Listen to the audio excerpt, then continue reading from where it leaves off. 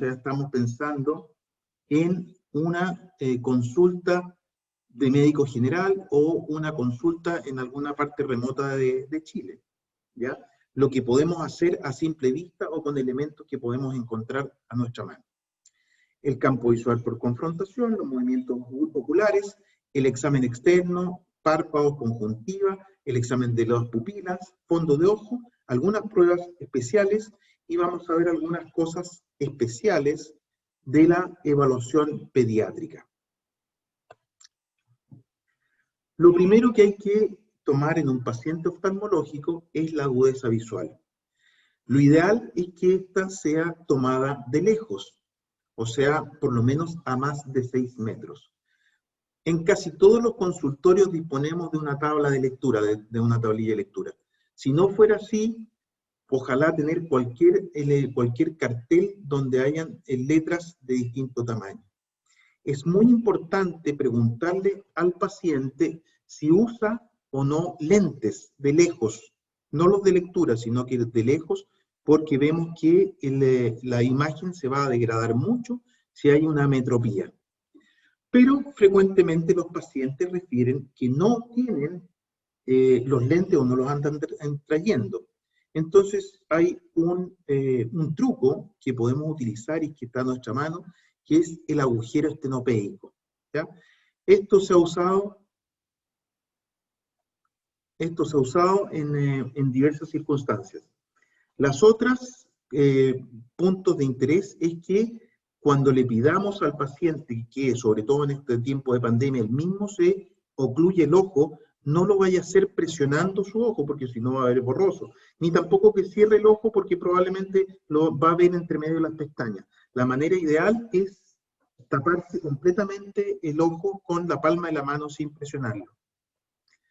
Entonces, como decíamos, si no trajo los lentes, podemos usar el agujero estenopeico, que es la base de estos lentes que dicen que los venden para mejorar la visión, pero en realidad usan un sistema físico, un principio físico que vamos a explicar a continuación. Pero podemos tener estas pantallas oclusoras o el oclusor que podemos encontrar en muchos de los consultorios. Ahora, si no poseemos alguno de esos, podemos fabricar nosotros mismos alguna pantalla o un oclusor con un pequeño agujero en el centro, ojalá de alrededor de 1.2 milímetros, o el que se puede hacer, porque eso lo que va a producir, como bien saben los que son aficionados a la fotografía, es que el foco de una imagen en un sistema óptico va a estar dado por los rayos periféricos. Estos son los que se curvan para dar el punto focal. Pero si nosotros eliminamos estos rayos periféricos, solamente dejamos los centrales, vamos a aumentar la profundidad de foco. O sea, vamos a ver más elementos en foco, aunque haya un déficit o una deficiencia en el sistema refractivo. El siguiente paso que hago es el campo visual por confrontación. Una regla importante o una manera importante o fácil de realizar este procedimiento es que uno mismo, el examinador, se tape el ojo en espejo del paciente y ponga uno o dos dedos equidistante entre uno y el paciente y vaya probando por cuadrante uno o dos dedos, no más que eso, para ver si tiene un déficit de campo visual. Aquí al lado vemos cómo son los campos visuales en cada uno de los segmentos de donde se produzca una lesión, pero no vamos a entrar en esto. Lo más importante de saber es si hay una falla en un solo ojo, lo más probable es que sea alguna alteración visual. Pero si hay falla en ambos campos visuales más o menos simétricos, debemos saber que eso es una lesión que está detrás de los ojos, que es intracerebral y que requiere una evaluación neurológica o neuroquirúrgica lo más pronto posible. Ese es el concepto que yo creo que deben quedarse. Si hay una lesión de campo visual simétrica de ambos ojos, hay que derivar prontamente a un neurólogo o neurocirujano. El test de los movimientos oculares. Los ojos se mueven en forma simétrica y paralela debido a la coordinación intracerebral gracias a la presencia de 6 músculos, 3 rectos y 2 oblicuos, que están inervados por los pares craneales tercero, cuarto y sexto. Esta es la manera ideal de examinar los movimientos oculares. Vemos que aquí el examinador le pide al paciente que lo siga, pero se equivoca el paciente porque mueve la cabeza. Lo ideal es que solo sean los ojos los que se mueven. Y vemos primero los movimientos oblicuos, los verticales, horizontales y el otro vertical, y ahí podemos descubrir algunas de las fallas de los movimientos oculares. Vemos que cada uno de las direcciones de la mirada va a aislar el comportamiento o la función de alguno de los músculos extraoculares. Aquí vamos a dar los ejemplos más típicos de algunas de las parálisis oculares de los nervios oculomotores craneales. Por ejemplo, este es una parálisis típica del tercer par. Vemos que el paciente está con tosis, quiere decir que es una parálisis completa del tercer par, ya que podría ser parcial y no tener tosis. Vemos que al examinarlo, para examinarlo vamos a tener que levantar el párpado y vemos que el ojo derecho va hacia la oreja o va hacia afuera, abduce bien, pero no aduce, ni eleva, ni deprime. Los músculos rectos, recto interno, superior e inferior, están inervados por el tercer par. Caso opuesto es la parálisis del sexto par. Vemos que aquí, en este caso, el ojo derecho aduce bien, pero no abduce. O sea, puede ir hacia la nariz, pero no puede ir hacia la oreja, hacia afuera. Esa es la típica presentación de la parálisis del sexto par. Con la parálisis del cuarto par es más complejo porque involucra el oblicuo superior, que va a producir una ciclotorsión y una diferencia de altura. Por lo tanto, lo que tenemos que tener presente es que el paciente va a llegar con una tortícolis o con la cabeza inclinada. Cualquiera de estos, la presentación de cualquiera de estas parálisis debiera, antes que referirlo al oftalmólogo, referirlo al neurólogo para que descarte alguna lesión intracerebral. Luego viene el examen de las pupilas. Sabemos que si hay alguna alteración simétrica de las pupilas, también debemos derivarlo al neurólogo o al neurocirujano. Ahora, lo que quiero que les quede un poco más presente o de importancia es la deficiencia de aferencia o déficit de aferencia. Este es la pupila de Marcus-Gahn y se presenta cuando en un ojo no hay reflejo directo, o sea, uno lo ilumina con la linterna y no se contrae, sino que más bien tiende a dilatarse. Pero el reflejo consensual, o sea, al iluminar la pupila contralateral, sí se comprime, ¿ya? Entonces hay un defecto aferente, quiere decir que a ese ojito no le está llegando el estímulo visual para producir la contracción pupilar. Esto quiere decir que probablemente hay un déficit o una deficiencia en el mismo ojo que hay que ir a buscar. El examen externo de los párpados y la conjuntiva lo vamos a pasar brevemente. Lo único que quiero que les quede claro, bueno, las alteraciones o daños de los párpados son muy evidentes, se ven desde fuera. La conjuntiva, también vamos a ver las conjuntivitis, vamos a ver los del ojo rojo, pero lo que quiero que les quede siempre presente es que nunca hay que olvidar evertir el párpado superior, ya que en muchas oportunidades podemos encontrar algún cuerpo extraño dentro del párpado superior que esté produciendo una lesión permanente y que pase absolutamente inadvertido a menos que nosotros evertamos el párpado superior. El fondo de ojo. Es importante que se ensayen o aprendan o practiquen el fondo de ojo. Lo que van a usar normalmente es el oftalmoscopio directo, como este que vemos en la imagen. Nosotros frecuentemente usamos con dilatación el fondo de ojo indirecto, que nos permite una mayor visualización y alcanzar detalles más periféricos en la retina. Ahora, si nosotros nos ponemos a esta distancia para hacer un fondo de ojo, lo que vamos a ver probablemente va a ser un buen reflejo rojo pupilar, pero del fondo de ojo no vamos a ver nada.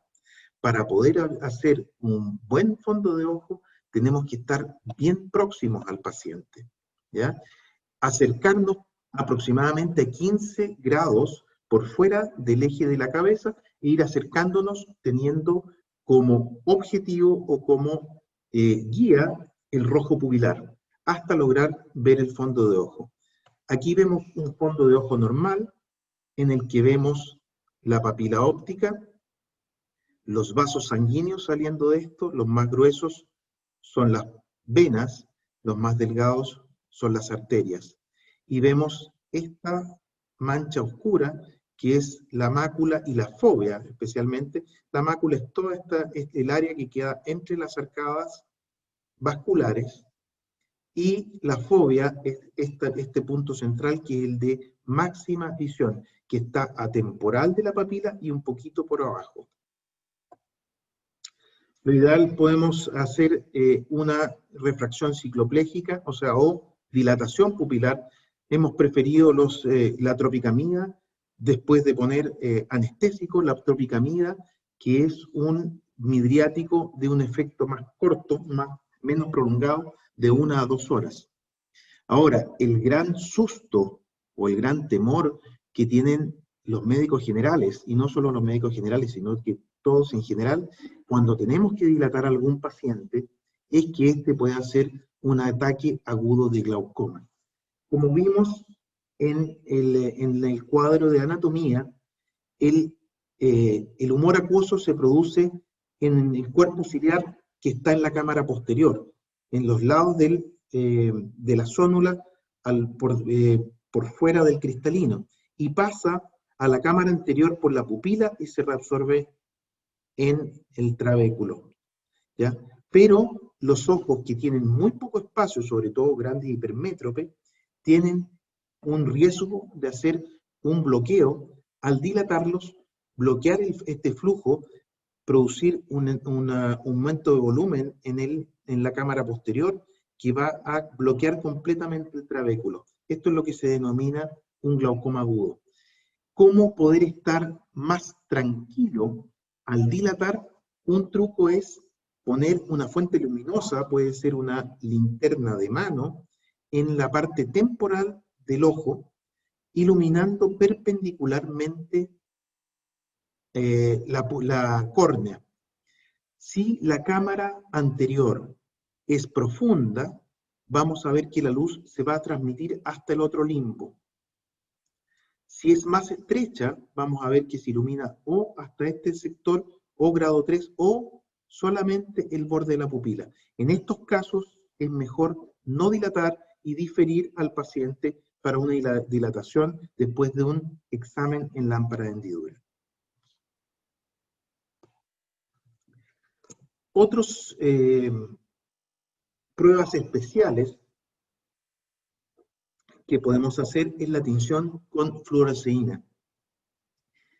Sería muy útil que hubiera fluoresceína en muchos de los puntos de atención primaria, ya que nos ayuda mucho a ver si es que hay algún defecto epitelial o hay alguna herida en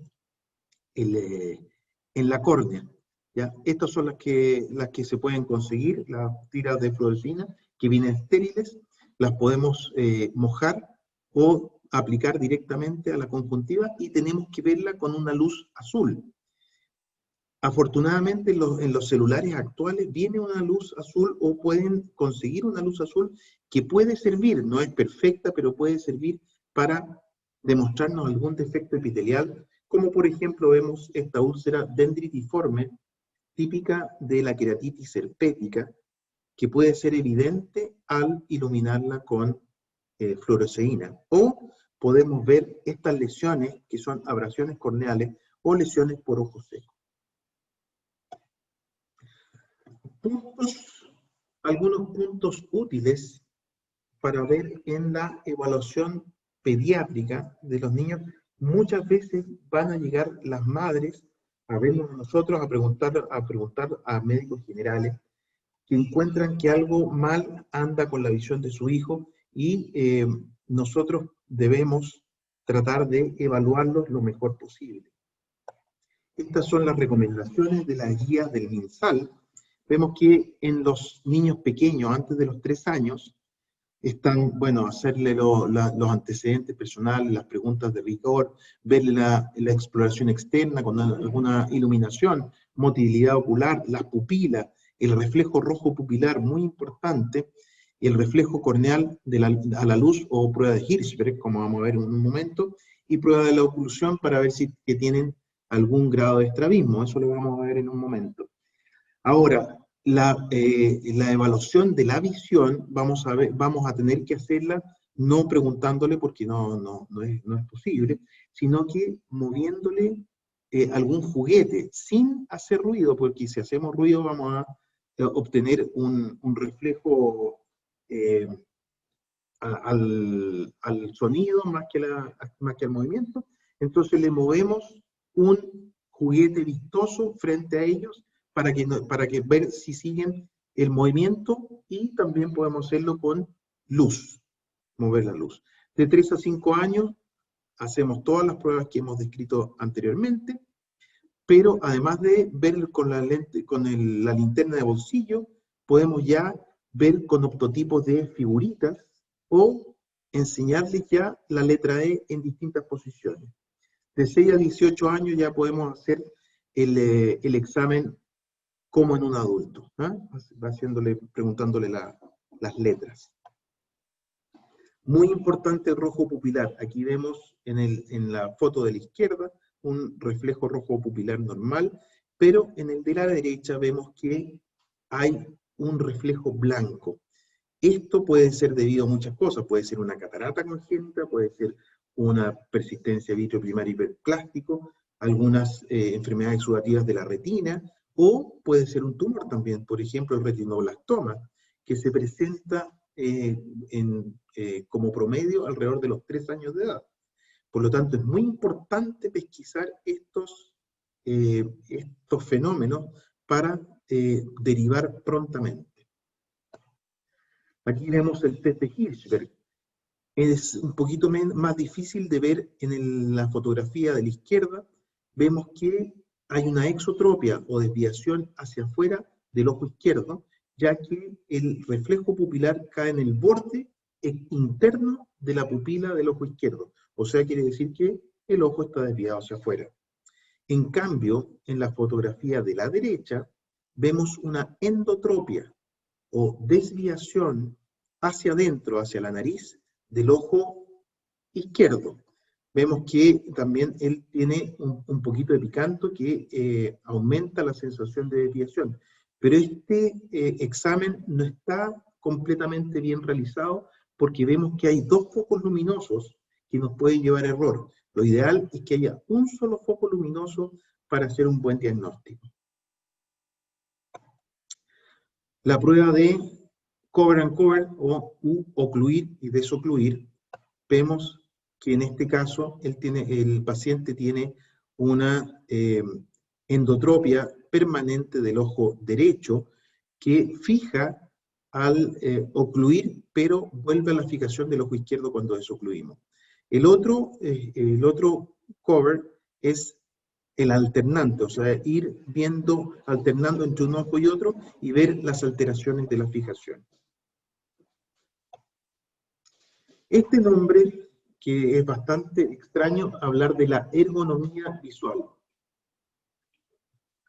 Pero seguramente, con seguridad, en este tiempo le van a preguntar a todos los médicos cuáles son las recomendaciones que pueden hacer en este tiempo de aumento del teletrabajo y del trabajo desde los hogares. ¿Qué recomendación les pueden hacer para tener una mejor o mayor salud visual? Lo primero que tengo que decir es que nosotros evolucionamos para ver de lejos, para ver las presas que estaban en la sabana, no para trabajar con computador o con el celular. Por lo tanto, la posición de relajo o la posición primaria de los ojos es paralelo mirando al infinito, más allá de 6 metros. Y la emetropía también tiene un punto visual lejano. Lo ideal es que si vamos a estar trabajando con un computador permanentemente de cerca, pongamos a este a una distancia de entre 50 y 60 centímetros, que el borde superior del computador esté un poco por debajo del eje visual hacia el horizonte y estar sentados correctamente. Pero lo más importante, y con una fuente de luz no ni atrás ni adelante, sino que perpendicular a la pantalla del computador. Pero la recomendación más importante tal vez sea el de este acrónimo 20-20-20, que quiere decir que cada 20 minutos lo ideal es que suspendamos la visión o la labor de cerca, la labor con computador o con el celular, nos demos 20 segundos de recreo, de relax, y vayamos ojalá al patio o a la ventana y descansemos los ojos viendo más allá de 20 pies, o sea, más allá de 6 metros. Y esto lo hagamos cada 20 minutos para relajar nuestra acomodación y relajar la convergencia visual que se requiere para enfocar de cerca. Es así como hemos visto un aumento explosivo de las miopías en todo el mundo, sobre todo en el sudeste asiático. Antes, cuando nosotros estudiamos, se decía que nada que pudieran hacer los niños o nosotros, esto de ver tele de cerca, esto nada le iba a afectar en el tamaño ni en la refracción de los niños, y esto resultó ser falso. Hemos visto que el aumento de las miopías está relacionado con el aumento de trabajo, sobre todo en la etapa de crecimiento de los niños, con el enfoque cercano y con la mala iluminación. O sea, lo que subyace a esto es que al final hay alguna sinergia entre el punto de visión más frecuente, de trabajo más frecuente, y la forma y la refracción del ojo. Así vemos cómo han aumentado de 20% o 10 o 20% de miopes que había antaño en los sudeste asiáticos hasta un aproximadamente 80%. En algunos países se han tomado medidas bastante drásticas, como esto de poner un fierro para que no se acerquen los niños a la escritura o al cuaderno. Pero afortunadamente la ciencia y la farmacología ha venido a nuestra ayuda, y los resultados del estudio ATOM dicen que aplicando un midriático como la atropina, un cicloplégico como la atropina, muy diluido, podemos evitar la progresión de las miopías en los niños en crecimiento. También les van a preguntar mucho acerca de el uso de los famosos, que está muy de moda, el uso de los famosos lentes de filtro azul. Esto tiene su base fisiológica, ya que hay algunos de las células retinales y fibras retinales envían directamente sus conexiones, sus axones, a la glándula pineal, que es la encargada de, mediante la secreción de la hormona melatonina, producir el seteo o el ajuste del ciclo de sueño-vigilia, el ciclo circadiano. Desgraciadamente eso está mediado por la luz azul principalmente, y muchos de nuestros equipos tecnológicos producen esta luz azul que va a alterar la producción de melatonina. Por lo tanto, es recomendable usar filtros o lentes con filtro azul después del atardecer, o sea, en la noche, usar estos filtros azul para no producir una alteración en el ciclo de secreción de la melatonina. También hay algunos programas de computadora que pueden emular esto y impedir que produzcan exceso de luz azul las radiaciones. Ahora vamos a pasar a la evaluación del ojo rojo, ¿ya? Que es una de las causas más frecuentes de consulta en los consultorios generales. Hay muchas causas de ojo rojo. Dentro de eso, y sobre todo en este tiempo que seguimos hablando del teletrabajo, del uso de mascarillas permanentes, que van a producir un aumento del aire seco exhalado o caliente exhalado por las mascarillas hacia arriba, van a aumentar o empeorar si es que ya hay un síndrome de ojo seco. Vamos a ver conjuntivitis, episcleritis, escleritis, las enfermedades corneales, la uveitis y el glaucoma, rápidamente.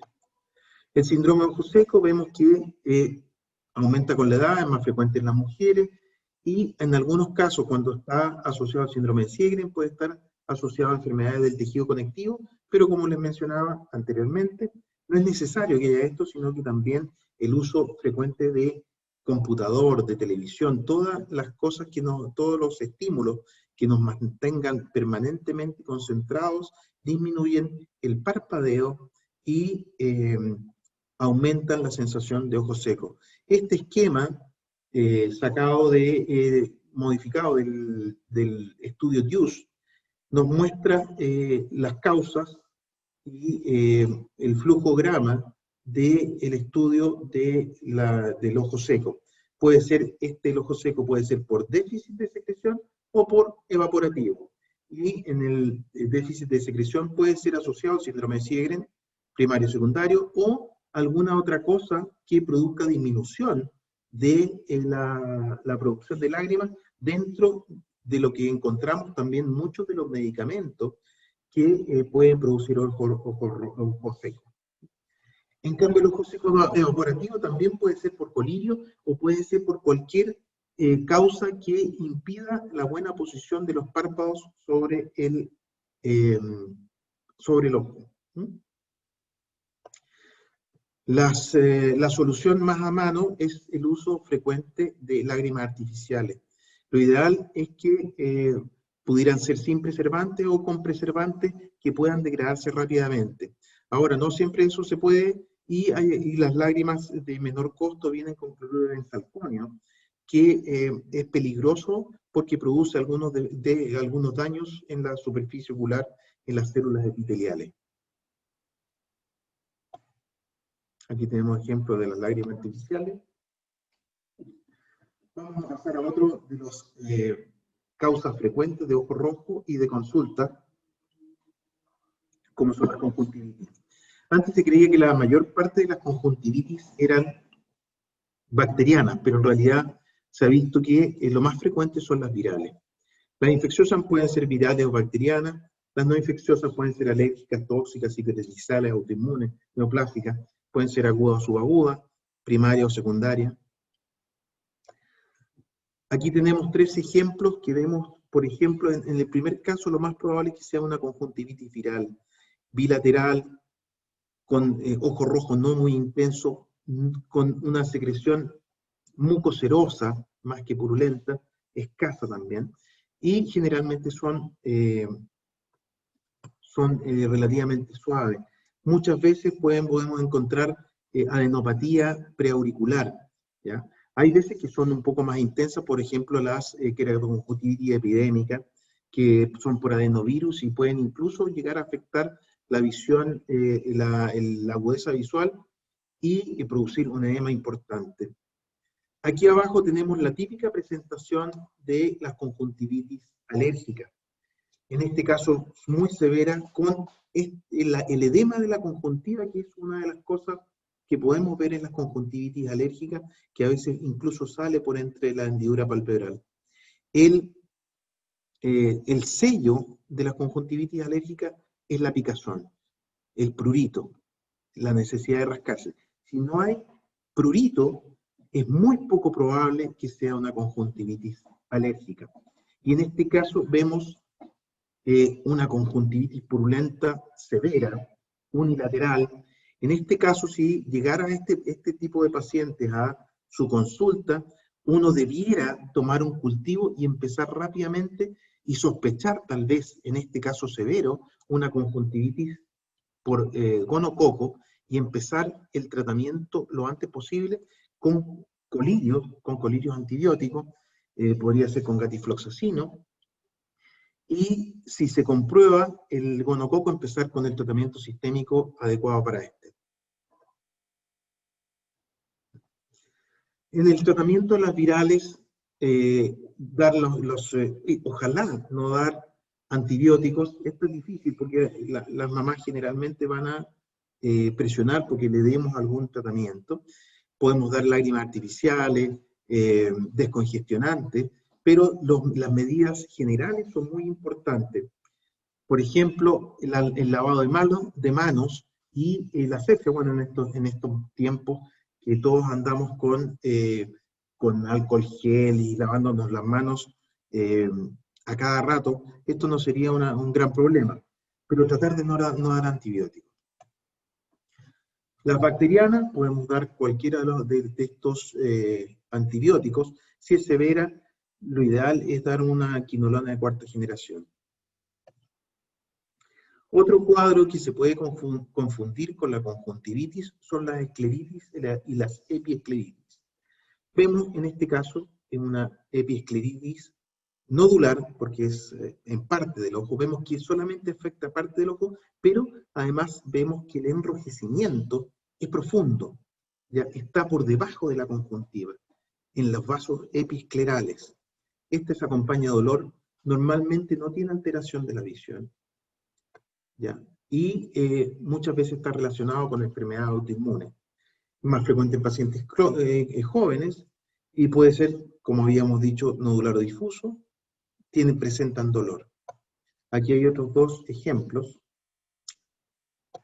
pero esto puede, sobre todo en la artritis reumatoidea, puede evolucionar rápidamente a la escleritis necrotizante, como en este caso, con gran peligro de perforación ocular y pérdida de la visión. En estos casos hay que referirlo rápidamente, dar tratamiento sistémico con antiinflamatorios no esteroidales, también podemos dar gotas de antiinflamatorios no esteroidales o corticoides tópicos. Esta es otro de las urgencias oftalmológicas o de gran importancia, es las úlceras corneales. Podemos tener defectos epiteliales que pueden estar infectados o no. Los defectos epiteliales no infectados son las erosiones y vemos que el estroma está claro. Pero en este caso, el estroma está edematoso y opaco. Esta es una úlcera infecciosa.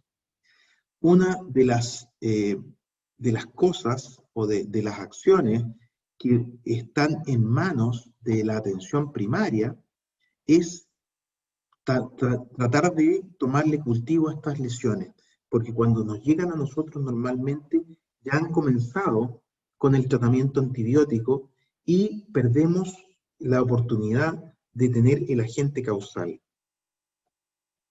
Vemos aquí que con la tinción de fluoresceína que habíamos visto antes, se tiñen perfectamente y tenemos ahí una úlcera con gran secreción que puede tener hipopion, ojo rojo.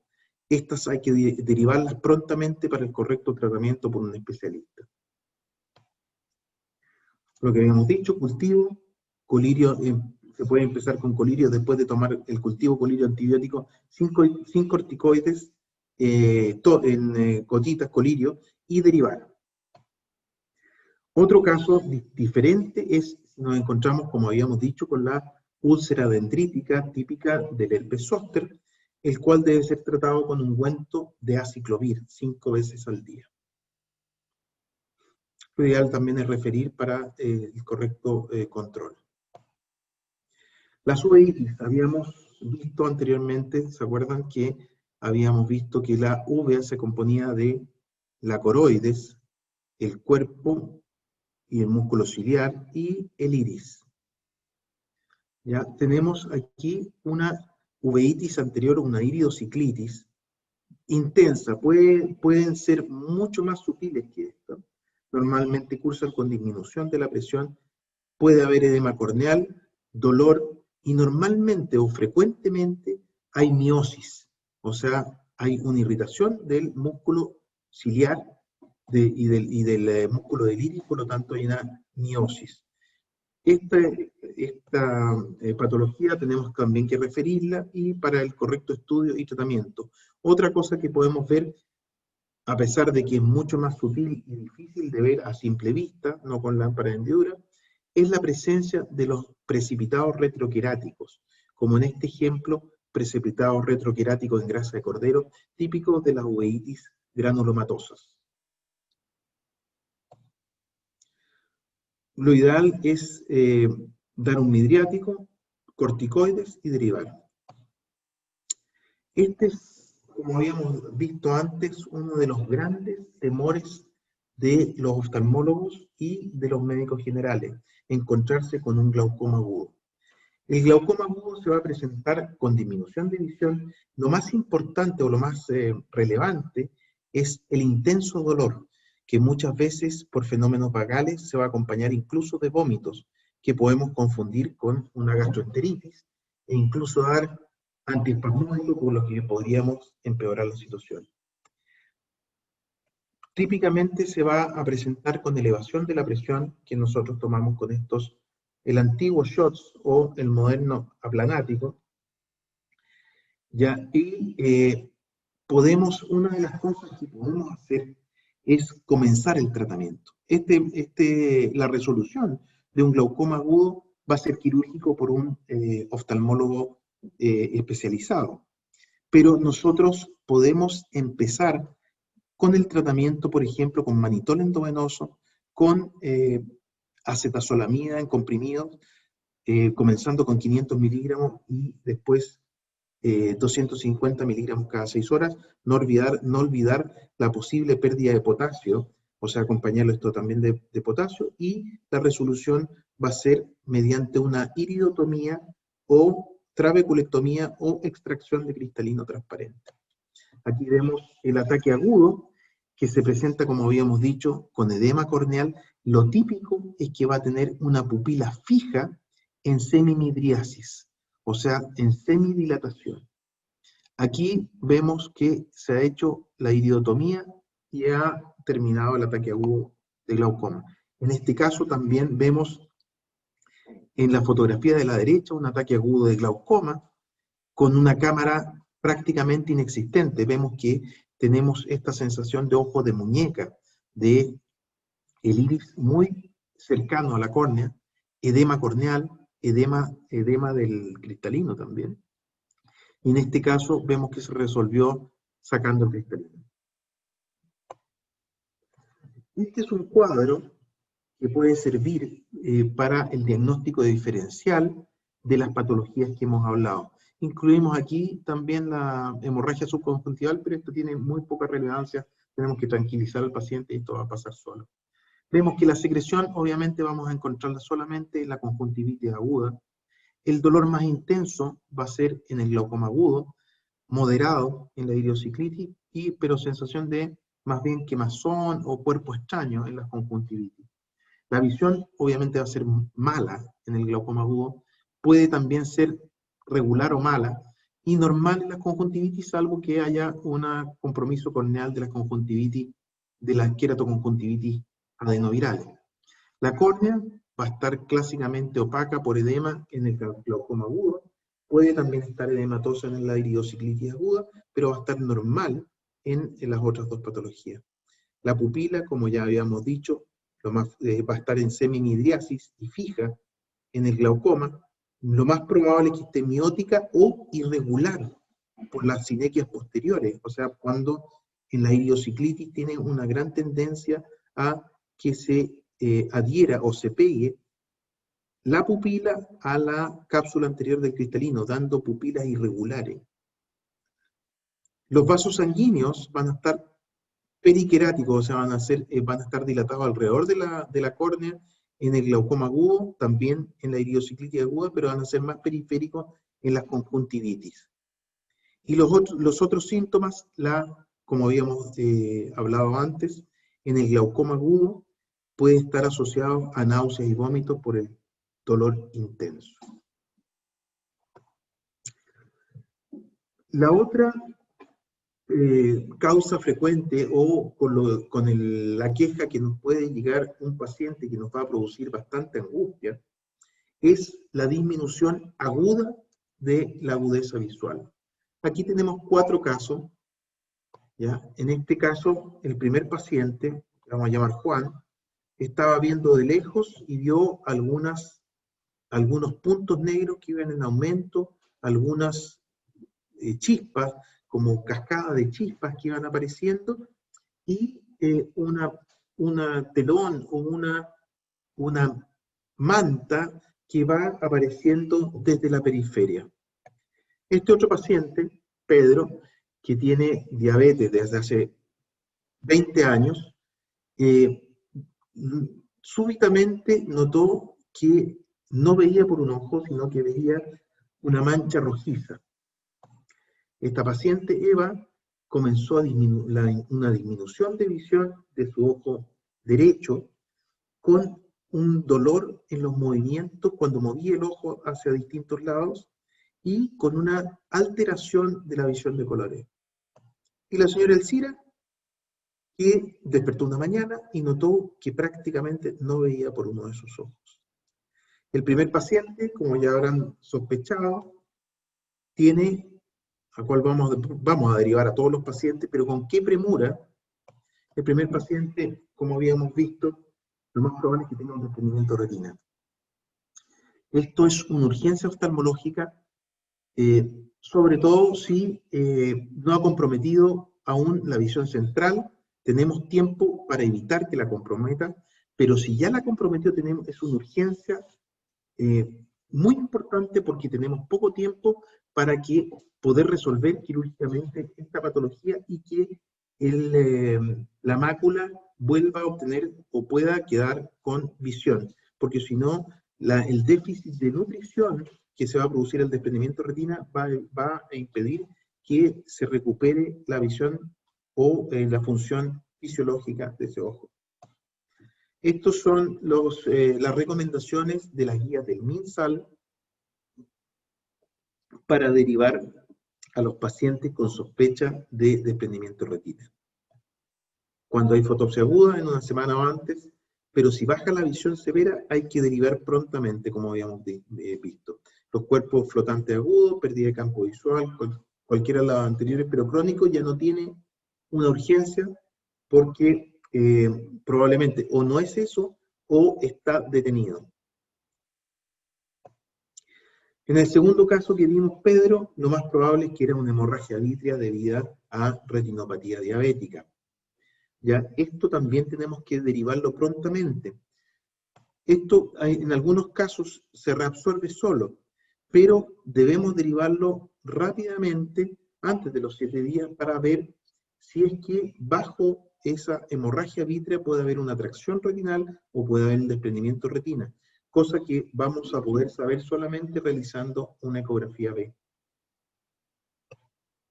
El tercer caso de Eva era una neuritis óptica, que clásicamente produce dolor ocular a los movimientos oculares, una disminución de la visión de colores, y si le hacemos un fondo de ojo, vamos a encontrar un nervio óptico edematoso, probablemente con hemorragias, y tenemos que derivar para hacer el estudio y tratamiento correspondiente.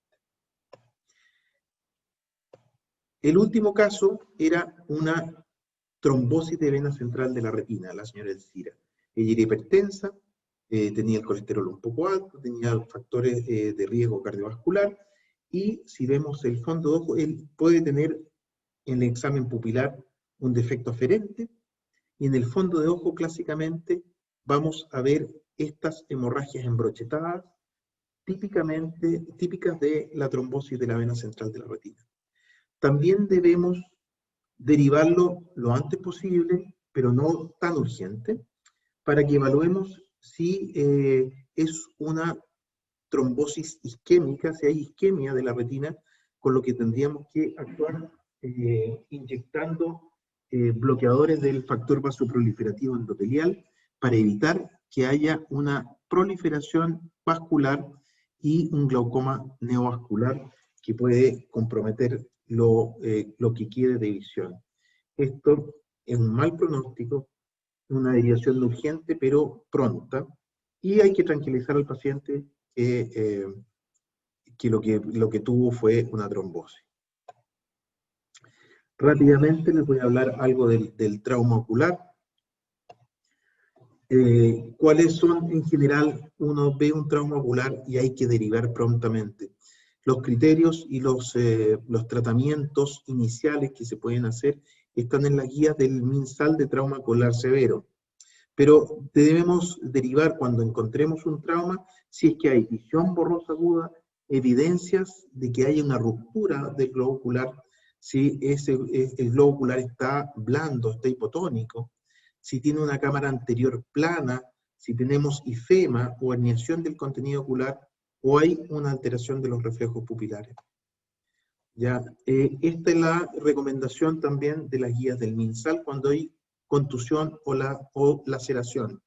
¿Ya? Si hay fractura, hay que derivar según los criterios. Esto está todo en las guías del MinSal por si quieren mayor información. Obviamente, si ojo único, si es una lesión de alta velocidad, si hay lesiones químicas, hay que derivar rápidamente. Al auto para el manejo del trauma. Aquí tenemos un ifema casi completo de la cámara anterior. ¿Ya? Ahora, cuando nos llega algún paciente con sospecha o certeza de una causticación o por ácido álcali, lo más importante es el aseo y ahí la irrigación abundante con agua. ¿Ya? Ojalá 1 litro o más, estar lavando mucho rato, se pueden dar colirios, pero lo más importante es derivar rápidamente. Dar vitamina C, y ahora también las guías del MinSal recomiendan fuertemente el empleo de Difoterin. ¿Ya? Eso puede estar disponible, eso es como aseo ocular, viene como soluciones para aseo ocular, y a veces está disponible en algunos centros de urgencia y en algunas industrias que trabajan con elementos químicos peligrosos. Bueno, eso es lo que les quería comentar rápidamente. Este es un tema muy extenso. Espero que estos tips o datos para la atención oftalmológica les sea de utilidad. Doctor, felicitarlo un poco por el excelente tratar de resumir con tantos tips y la oftalmología en tan poco rato debe haber sido extremadamente difícil. ¿Ya? Tenemos una cantidad grande de preguntas. Tenemos, primero, se las voy a leer y usted me dice, ¿las va contestando al tiro o las va juntando? Piden que hable del desprendimiento vítreo. ¿Ya? Ya. Bueno, hablamos al tiro. El desprendimiento vítreo es un fenómeno fisiológico, ¿ya? El humor vítreo, como habíamos visto, es el líquido que rellena la cavidad o la cámara posterior del ojo. Está adherido a la retina, más fuertemente en la parte anterior, que es la base del vitrio, y en el nervio óptico. Con el tiempo, normalmente, esto se va licuando y se suelta, ¿ya? Y podemos encontrar entopsias o incluso fotopsias. ¿Ya? Cuando ocurre el desprendimiento vítreo, todo el mundo en algún momento se le va a desprender el vitrio y va a haber estos puntitos flotantes. Lo ideal es consultar con el oftalmólogo para hacerle un fondo de ojo indirecto, periférico, para descartar que haya una debilidad de la retina que pueda producir un desprendimiento de retina, o sea, agujeros o desgarros retinales periféricos. Pero en la gran mayoría de los casos no va a suceder nada. Después hay una pregunta también de un espectador anónimo, dice, gracias doctor por su presentación. ¿Cómo diferenciar entre un proceso alérgico y un infeccioso ocular? Ya, como habíamos hablado un poco antes, lo clásico del fenómeno alérgico primero va a ser bilateral, muy importante, generalmente está asociado a alguna época del año, a las conjuntivitis primaverales, ya mucha picazón. La picazón, el prurito, es el sello de las conjuntivitis alérgicas, ya la secreción va a ser acuosa y se puede prolongar más allá de lo que se presenta en las conjuntivitis infecciosas. La conjuntivitis infecciosa vamos a tener secreción, no tanta picazón, sino que más bien sensación de cuerpo extraño. Las conjuntivitis infecciosas también tienden a tener más enrojecimiento y si uno examina la conjuntiva palpebral, la que está por dentro, la tarsal y los fondos de saco, vamos a encontrar papilas y folículos, mucho más frecuente que en las conjuntivitis alérgicas. El tratamiento de la conjuntivitis alérgica es con antialérgicos sistémicos, pero también tenemos antialérgicos tópicos que son de mucha utilidad en estos casos. Damos las gracias al doctor Bastías por la pregunta. Otra pregunta de Francisca. Hola, buenas tardes. La toma de cultivo, ¿de qué forma o dónde se realiza? En la toma de cultivo de las secreciones lo podemos tomar con un hisopo. La toma de cultivo de la córnea se podría tomar con alguna espátula y sembrar en los medios de cultivo adecuados. Perfecto. Macarena Alvear nos pregunta, tengo la duda en caso de trauma, derivar o no con algún analgésico colirio y o con algún antibiótico colirio. No, nada en colirio. Si se sospecha, se puede dar antibióticos sistémicos en caso de sospecha de alguna infección generalizada o rotura ocular, ¿ya? O cuerpo extraño intraocular, pero hay que derivarse ningún colirio ni ungüento menos. María pregunta, manejo del pegamento gotita en el ojo. Ya, bueno, eso es complicado. Va a depender del grado de adherencia que tenga la gotita al ojo, ¿ya? Ahí hay que tratar de sacarlo de la manera en que se pueda, ¿eh? Porque es complicado, no podemos usar solvente, no podemos usar, se puede usar ungüento tratando de liberar la parte de la adherencia. Pero esa es mi recomendación, va a depender del caso. Perfecto. Doctor, ¿cómo diferenciar entre un proceso Doctor, ¿cómo identificar un glaucoma agudo sin la necesidad de usar un tonómetro? Bueno, un poco lo que habíamos conversado. El paciente va a estar con intenso dolor, con ojo rojo, con pupila en semimidriasis, que no se ve frecuentemente en otras patologías, y con edema de la córnea y edema del cristalino. Lo otro que es muy frecuente, o sea, que podemos hacer, nosotros estamos un poquito más entrenados, pero uno se puede ir entrenando en sentir el tono de la presión ocular con los dedos, jugando un poco a través del párpado superior, tocando el ojo. En los glaucomas agudos vamos a encontrar que es durísimo, como una bola de billar. En cambio, los demás tienen un cierto grado de rebote. Esto molesta un poco, pero es una cosa que nos puede ayudar muchísimo. Ahora, frente a la duda, y si no, uno no puede derivar con prontitud, es mejor empezar con las técnicas sistémicas de la acetazolamida o los hipotensores oculares. Una última pregunta, doctor Ramírez. El ojo seco, ¿cómo diferenciar su origen? Bueno, en el YUS tenemos... ¿Las lágrimas artificiales depende del origen? Las lágrimas artificiales, bueno, más que del origen, nosotros vamos a ver con el ojo seco, severo, vamos a necesitar instilación más frecuente. Si tenemos un síndrome de Sjögren, lo ideal es que sean lágrimas artificiales sin preservantes o con preservantes degradables, ¿ya? Y podemos también usar gel, lágrimas en gel, que pueden ser bastante más y necesitar bastante frecuencia.